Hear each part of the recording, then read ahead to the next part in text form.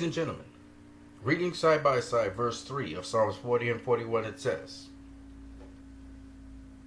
"And the Lord has put a new sound in my mouth, even praise unto our God, and many shall see it and fear and shall trust in the Lord.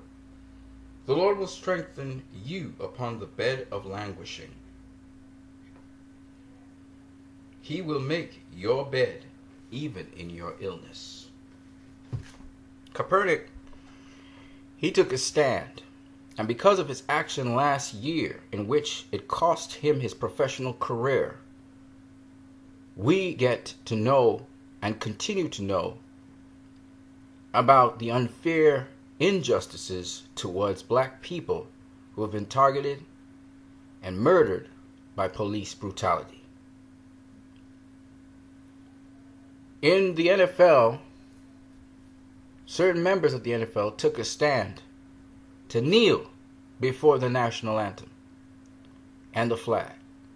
Now, some people say they should stand and put their hands on their chest, but they said, "My heart is broken. I have a grievance." And instead of standing defiantly, watching the national anthem, and moving around in a disrespectful manner, they bow under pressure, with one knee down and one knee bending. It is in a way respectful and yet a sign of hurt, that there needs to be some sort of restitution, reconciliation. And if they didn't do that, this wouldn't make the news. And all those so-called patriots, how can you be a patriot and you're hurting your brother? How can you be a citizen but you don't care about other citizens? You care more about a flag waving in the wind than you do about unity amongst your people and equity. Lady Justice looks down. Lady Liberty looks down in shame. Shame on you. You cannot talk about no damn flag and what it represents if right now there's someone with a grievance and you don't want to hear them. Shame on you. The United States of America, United States of America, is captured in that flag. The stars and stripes. It represents that.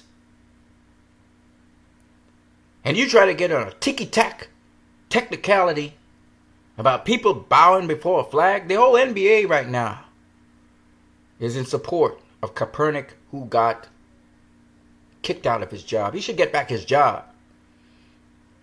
If it wasn't for him, this wouldn't be happening now. And to hear the President of the United States call people sons of bitches, disgraceful to the office of the President, Commander-in-Chief. This is the example we set for people and children. Insensitivity. Disgraceful. Disgraceful. Disgraceful. And he has the audacity to talk about they disgrace the flag. Shame on him. Shame on him. Shame on him. I don't want to hear. I don't want to hear about, oh, we need to respect our leaders. Everyone respects the leader. But when the leader doesn't respect other people and doesn't respect himself, we have to teach that leader respect. This man is there to care for the people.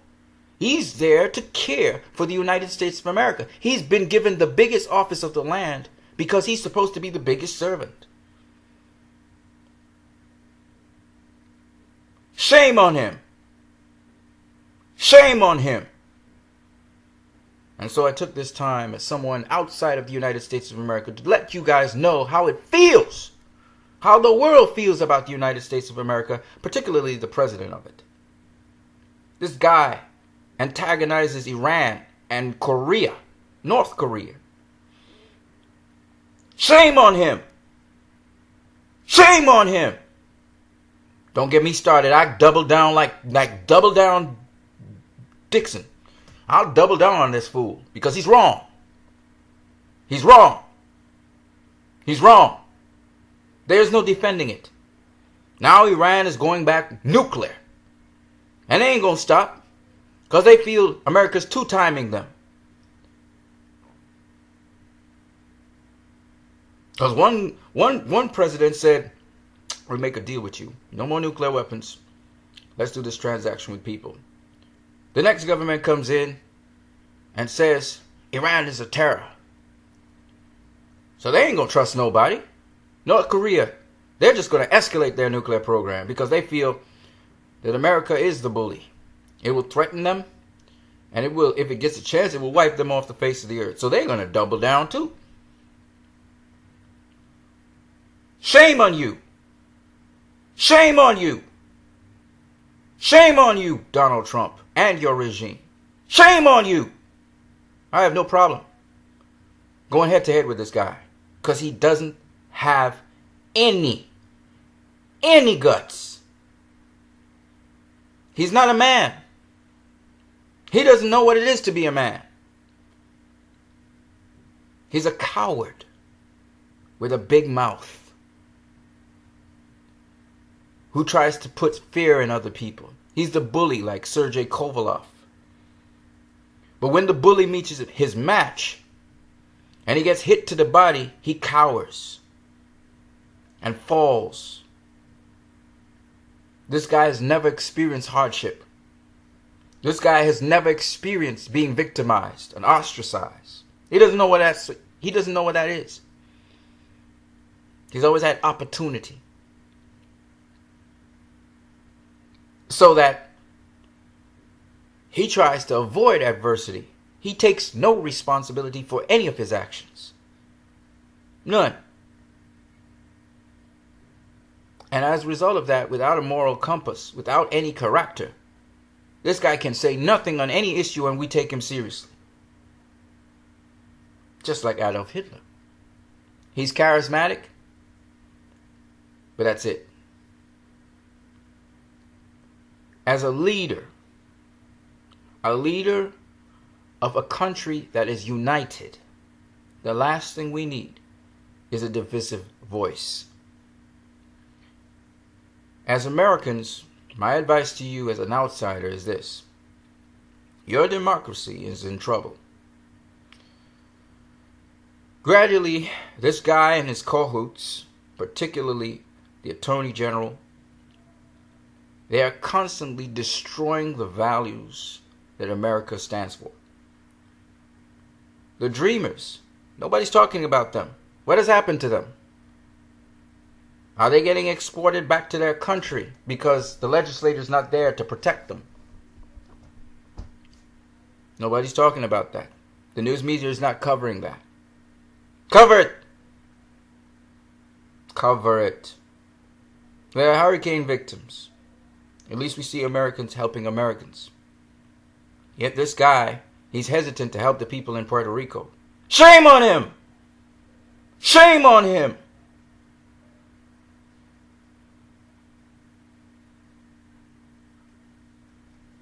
I don't mince words with these guys. I want you guys to understand that the world has been watching and they are actually lashing back. That's why Merkel has won in Germany. That's why the French dude won in France.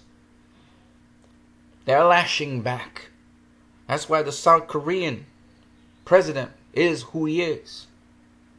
People are lashing back at this. Because this is not the world we want. But you have to be united.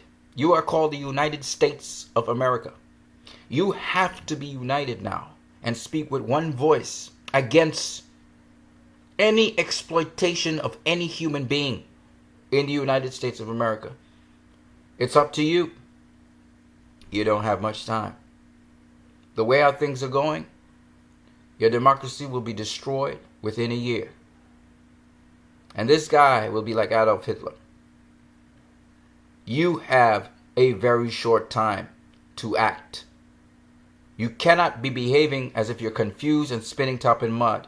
You must isolate, focus, and apply pressure as Americans. If you love the United States of America and you are a proud American, you must do this. You must make your voice known about how you feel about your America. Don't let hooligans destroy your America. And there are a sizable amount of them in different spheres and in different places in America. Hooligans. Let me say it again.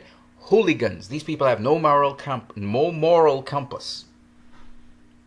They do not have the values that you have for the United States of America. But we don't focus on them.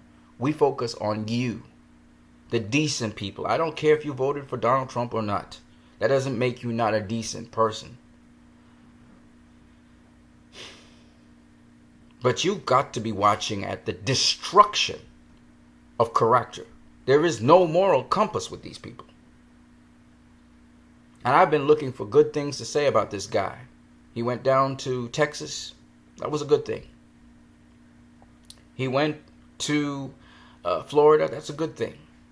I think he landed in Puerto Rico. That's a good thing. He didn't show any empathy for the people because he doesn't care about people. But at least he went. And I applaud him for doing that. That's a good thing. That's what a president does. At least he did that. I applaud him for wanting to somehow, some way, help out the dreamers and get legislature done on that. I applaud him. Get it straight. I'm not trying to get this guy to fail. I want him to succeed. I want America to look well. But I must speak out about the incredibly destructive things this guy has been doing throughout his reign as president. And I have fear for the office of president. I fear for it because I have a feeling the way how this is going internationally and the world is just continuously being dealt these terrible, terrible blows. Racism, sexism, a certain brand of nationalism which is just unhealthy. How can you be taking jobs from England because you want jobs in the United States of America? How can you be kicking out the very best and brightest minds because they've become, they have been legitimized as citizens in your country, telling me that they're taking jobs that citizens in your country are not even qualified to take? Shame on you. I mean, some things are just so anger-forming. Because America's better than that. And there's such nice people there. Really good people. But in the eyes of the world, there's a lot of anxiety and a lot of animosity towards Americans now. Because of this guy, this president.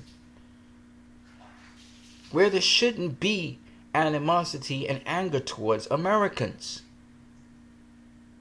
For all the good things they've done for the world.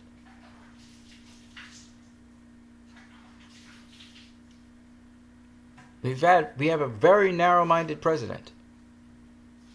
Backward in his thinking. We're in the year 2017, for crying out loud. White elitism is the last thing on the list of things that people care about right now.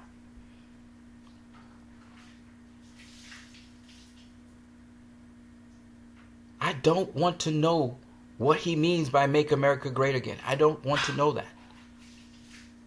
I don't want to know. Because if America's to be great, you're talking about World War III. When we're going to just have big old desert landscape because nuclear blasts have cleared out everything.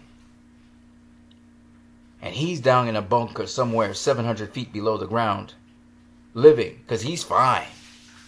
But the rest of the world is in a mess.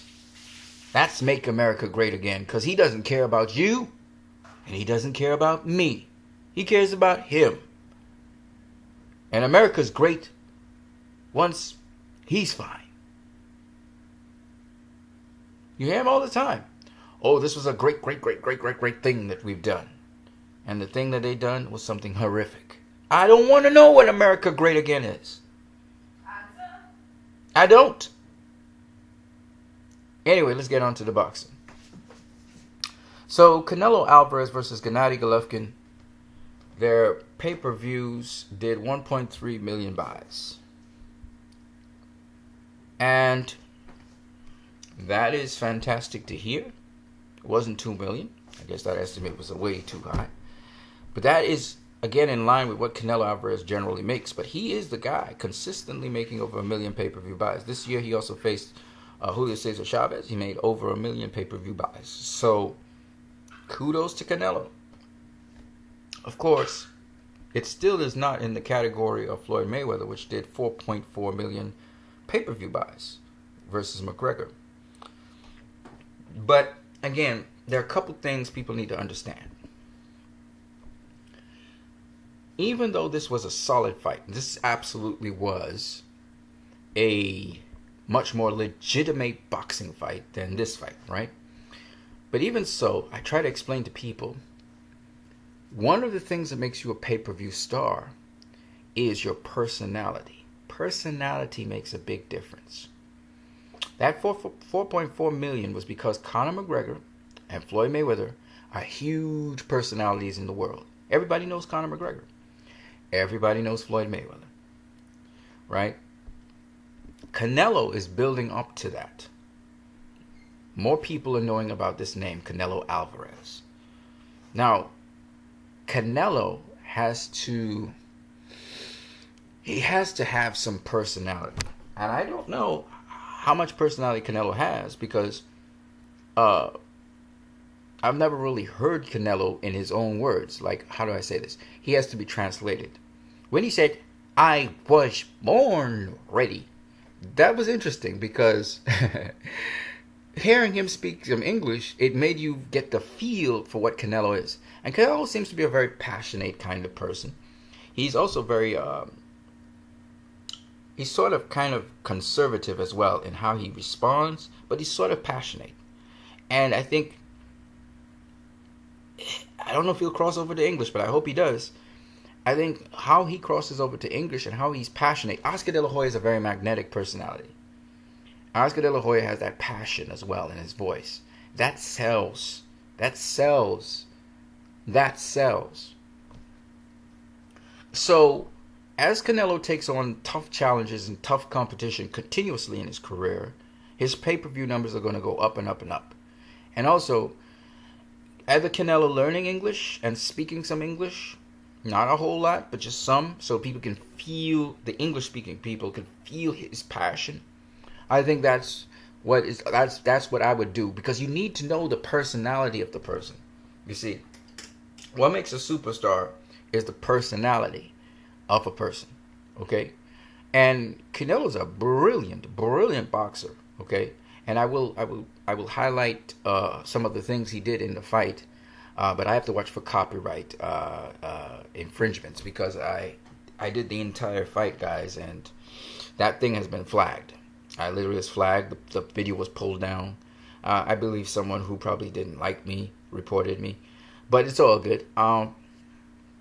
But what I'm saying to you is that that Canelo's a special kind of boxer. I've seen him do various things. He's not very good. He's not very good in any particular area yet. But he's got a lot of range of skill. He's got a lot of varied skill. And I was listening to Derek James, the coach, trainer, mentor of Jermell Charlo and Errol Spence, and he was breaking down what Canelo was doing in there and how good he was doing it. So, suffice it to say that I really appreciate Canelo, and he definitely is, right now, he is the pay-per-view attraction in boxing. Floyd's out the game, it's Canelo. It's just what it is. And Canelo, whether you like him or you hate him, you have to acknowledge he has been taking on the very best in any given division. He faced Erislandy Lara, who was the best super welterweight in the world at the time. And he fought him. You have to give Canelo that credit. When Oscar was bucking about Canelo facing Austin Trout after Austin Trout had just beat Miguel Cotto, Canelo was really wanted to get Miguel Cotto. He couldn't get Miguel Cotto because Miguel Cotto got beaten. He faced Austin Trout. He faced him. When Oscar and everybody else didn't want him to face Floyd Mayweather, Canelo stepped up and said, I want Floyd Mayweather, and he faced him. When people were saying that Canelo, he wouldn't face, Canelo wanted Miguel Cotto. Miguel Cotto just defeated Sergio Martinez to become middleweight champion of the world.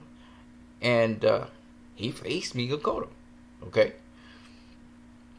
He goes on to face Gennady Golovkin. People said he was ducking Gennady Golovkin. He gave up his belt for Gennady, and that's not true.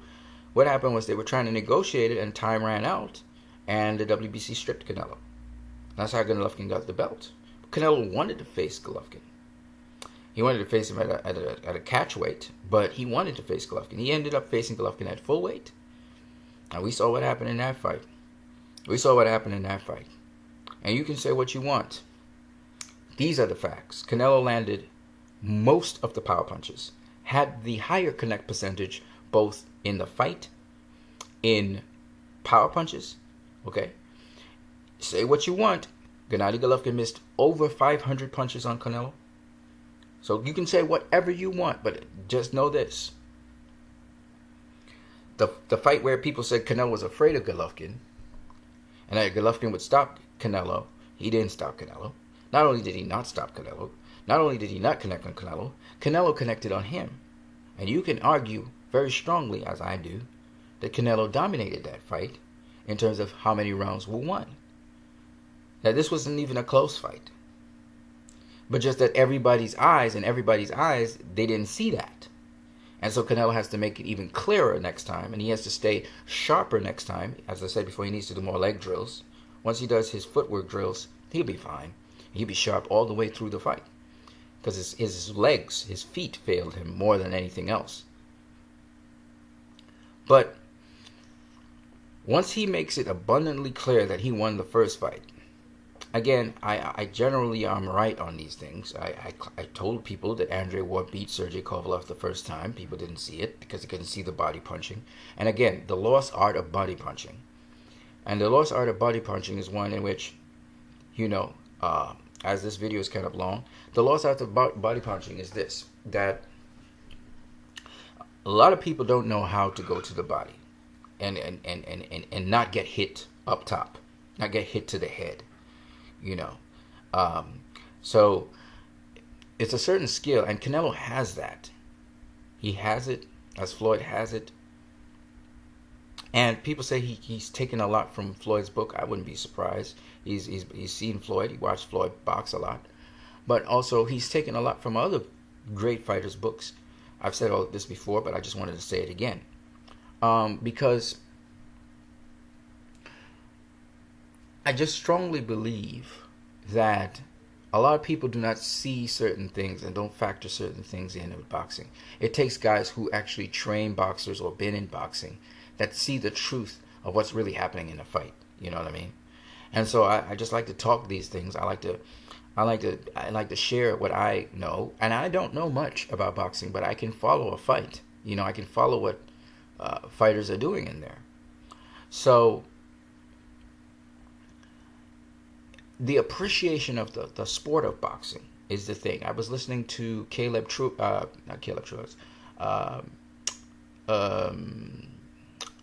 what's his name? Let me see if I can find him here. Yes, Caleb Plant. I was listening to Caleb Plant speak about, the true art of boxing. And, I appreciate someone who understands and can do various things in the sport of boxing. You can mix it up, you can change it up, you can do different things with your what you have. Your style is a fusion of different things. You can do different things.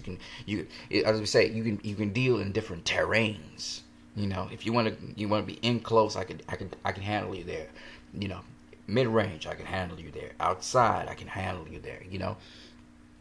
it's important to be able to do different kinds of games. You know, if I need to hunt you down, I'll hunt you down. If I need to beckon you to come in, I'll beckon you to come in. If I need you to follow me around the ring, I'll make you follow me around the ring. You know, there are different skills in boxing.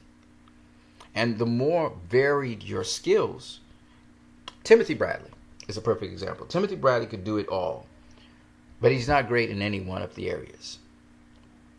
But because he can do it all, he can always change up his game. He can always adjust a fighter. He's not as good as someone specialized in a particular area, but he can make a fighter do something they're not used to doing. And that's the whole point. That's the same thing Derek James was saying. He was saying that Canelo made Golovkin have to adjust and adapt and do something he wasn't used to doing. And Golovkin found himself not being able to make the adjustments. All he did was more of the same. Apply more pressure, apply more pressure, apply more pressure. And so, you know, he really tried hard to apply more pressure, but that was it. And that showed that he was one-dimensional. You see? And that's what Canelo exposed with him. And a lot of people saying that GGG won that fight. I just don't understand how they could say that. I guess he landed some really nice power jabs on Canelo, but never really did anything to Canelo because Canelo knew what to do. You know, once he got touched a little too hard or harder than he's been touched before, he knew what to do. And so, you know, the ability to adapt and adjust in a fight, to fight smart, not hard, is something that a lot of people just don't understand. That's why you have to have special effects in your boxing routine. For the untrained casual eye, they see one guy chasing down another guy, and they say the guy that's doing the chasing, he's winning the fight. But anybody who's ever been in a street fight with a boxer knows the boxer wants you to come to him so he can knock you out. And literally, the boxer will knock you out. In a street fight, you launch in. If you've ever done any kind of combat sports, if you've done grappling, if you've done karate, all right, we have always been taught, don't initiate, let the other guy initiate. And you'll use his body against him. And so it's all about reaction, really. And what you do when you react to someone doing something. If a guy comes to you with a gun and he's within range, you can disable him and you can neutralize him. If a guy comes to you with a knife and he's within range, you can disable him and you can neutralize him. And there are many various ways of disabling and neutralizing him. Some are lethal and some are not. So my point is, I think people who don't really know about combat, they don't understand what a street fight is. They don't understand what real combat is. A real street fight is not about who's stronger or who's badder. A real street fight, I'm talking about real street fight now, doesn't go for minutes long. A real street fight lasts seconds. Okay? You got seconds to do what you got to do. All right? A real street fight with real people versed in combat lasts seconds. Okay, folks? Just letting you know. If I'm in a jam and in a situation, I have to employ my martial arts skills. I'm not trying to stick around with you for a whole minute. Nope. That stuff got to end within seconds. Okay? So, a lot of people don't understand. They feel it's all about power and force and strength and brunt and how tough you are. It really have very little to do with how tough you are. The biomechanics of the human body work a certain way. And you can be as tough as you want. There are just certain places. If I strike you in a certain place, not only are you going down, but I'm going to kill you. You're not going to live. You're not going to survive that strike. It's just what it is. If I decide to hold you in a certain place on your body, because the body is made up of different pressure points. If I hold you in a certain spot in your body, I'll kill you. All right? If I decide that I'm going to redirect you in a certain direction, I don't care how strong you are. If I run you into a sharp object, you're going to get impaled. It's just what it is. So I'm trying to explain to people that martial arts are the sweet science of anything. Sort of dictates not so much about strength. Yes, you must have a certain degree of strength and conditioning. But it's more about not just technique, but it's also about the mentality that you apply. So that keeping your composure is the key to anything. What I mean by this, when you stay, the calmer you are, is the easier you can react and the easier you can see certain things. So it's all about composure. It doesn't make sense being angry when you go to fight. If you fight angry, all your muscles are tensed up and your reaction time is going to be slower, and you're going to respond in a delayed fashion. Also, it's not about speed. It's about timing. By being relaxed, you can actually match up to the whatever speed your opponent's coming at, or you can see clearly how to move. Because somebody being fast doesn't necessarily mean they're smart. It's all about moving in space. I may just have to make a slight movement, just a slight movement, and all that speed that person had makes them still miss me. They still miss me because they have to go down a straight line, and I just moved out of the trajectory of their movement. So it really doesn't matter how fast they are. I may be a slow moving guy, but just the way how I move my body in space makes them miss me all the time. So there's these things about fighting that a lot of us do not grasp. They don't understand. All right. Anyway, on that note, I spent a lot of time talking about fighting and boxing and politics. You guys have a great one.